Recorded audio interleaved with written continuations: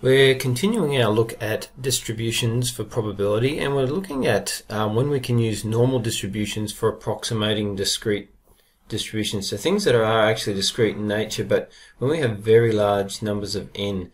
Okay, so as we have large numbers of n, a discrete distribution starts taking on some of the characteristics of continuous, and using continuous or normal distributions allows us to do a pretty good approximation and in a convenient manner, especially when we're using graphics calculators. So again, we're using the TI Inspire graphics calculator as our method here. You could also use a thing called z-scores, which is outside of the scope. Well, a calculation called z-scores. We've used the variable z previously in our videos, but a z-score calculation is another way of doing this, but that's outside the scope of this video. So there's no rule that I'm aware of, at least, what a large value of n actually means, but a reasonable assumption would be based on what we could say about this example here. The digestion rate of people was studied. Now, assuming it's a big study, n could be argued that it is large, because usually research studies have to involve a sufficient sample size. So the digestion rate of people was studied, so n, the number of people, was sufficiently large for us to use normal distributions to approximate what's really discrete. It was studied, and normal meals were found to have a mean digestion time of 9.4 hours and a standard deviation of 2.1 hours. Based on this data, what proportion of people can be expected to digest a meal in 8 hours or less? So using a normal distribution allows us very conveniently to look at this. So it would be helpful for us to write down some of the given information, and so the mean mu is 9.4. Oops, 9.4, and it's not a standard distribution because mu is not 0. The z-score calculation, if you're interested, does convert it to that other scale, that standard scale, and it's useful for comparing unlike things. So we're going to stick with our normal distribution. That's not a standard one. We have 9.4 for the mean and 2.1 for the standard deviation. So let's sketch our rough sketch of our normal distribution and put in our key points. Okay, so we've got mine's a little bit crooked, I apologize for that, and we've got a mean of 9.4, so put that in. Now 8 hours or less, so we are looking at a value that's actually below the mean for our value of the variable that is on the extreme of the area of interest. So what proportion of people can be expected to digest a meal in 8 hours or less? So we're really looking at this area this way, because the proportion of people would be the proportion of the total probability. So the whole area of the distribution is 1, so the proportion will actually be equal to the probability. So what we need to do now is write our information down as a probability statement. So what we're after is a probability that our value x, now it's not z, it's x, because we don't have a standard normal distribution, we just have a normal distribution, so we're using x. Alright, so the probability that x is less than or equal to 8, we need to calculate that. Now we might need to break that down a bit. So we have up to 9.4.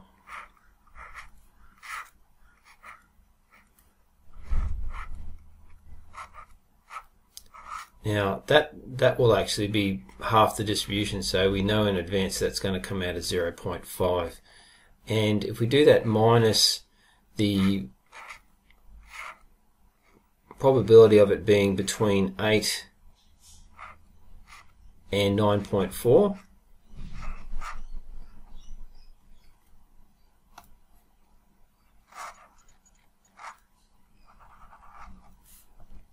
we can get what we're after. So the probability of it being up to the mean, and at least at most up to the mean, is 0.5, because that's half of the distribution. So that's the entire left-hand side there. As you know from previous work, that's 0.5. We can get our calculator as one method for calculating the rest of that. So we want to actually use these functionalities and parameters. So we want nearly right binomials. Sorry, been doing a few binomials lately. Normal CDF, and the parameters need to be entered. So 8, 9.4. Then we put in the mean. It's not a standard one, so the mean is also 9.4. That's mu, you can see over on the screen there. And then standard deviation of 2.1 is the final parameter to put in. Then we cross over to our calculator. So I've gone menu 5, 5, and then 2. And we put in our amounts, our values. So we had 8 for the lower limit, 9.4, and the mean was also 9.4, and we had 2.1 for our standard deviation.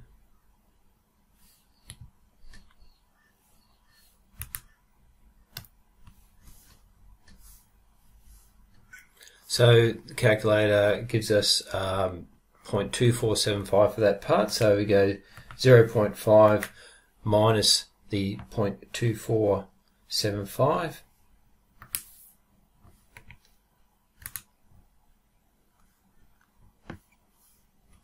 and we get 0.2525 to 4 decimal places.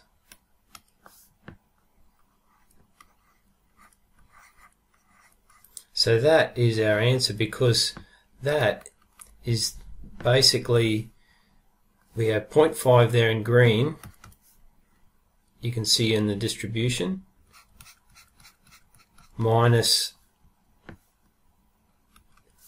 this part here, which was between 8 and 9.4,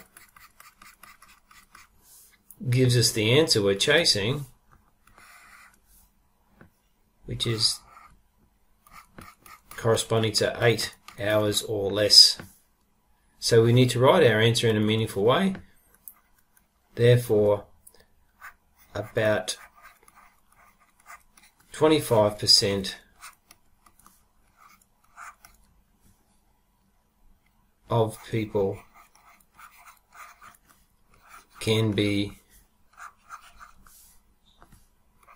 expected, etc., to digest the meal,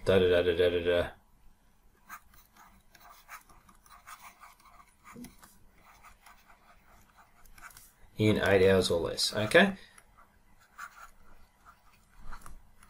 so there we have seen that it is possible, provided we have a big enough study, to approximate a discrete distribution with a normal distribution. And this normal distribution was not a standard normal, we just used x.